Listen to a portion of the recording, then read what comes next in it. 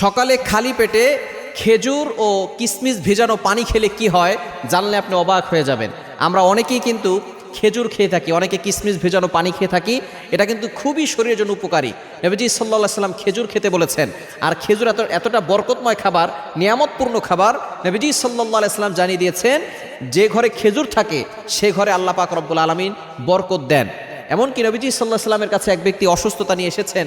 নবীজি সাল্লাল্লাহু আলাইহি সাল্লাম বলেছেন, তুমি খেজুর খাও, আল্লাহ পাক রব্বুল আলামিন তোমার অসুস্থতা দূর করে দিবেন। সুতরাং আপনি খেজুর আর কিশমিশ ভিজিয়ে রেখে দুধের সাথেও ভিজাতে পারেন, পানির সাথেও ভিজাতে পারেন কিশমিশটা।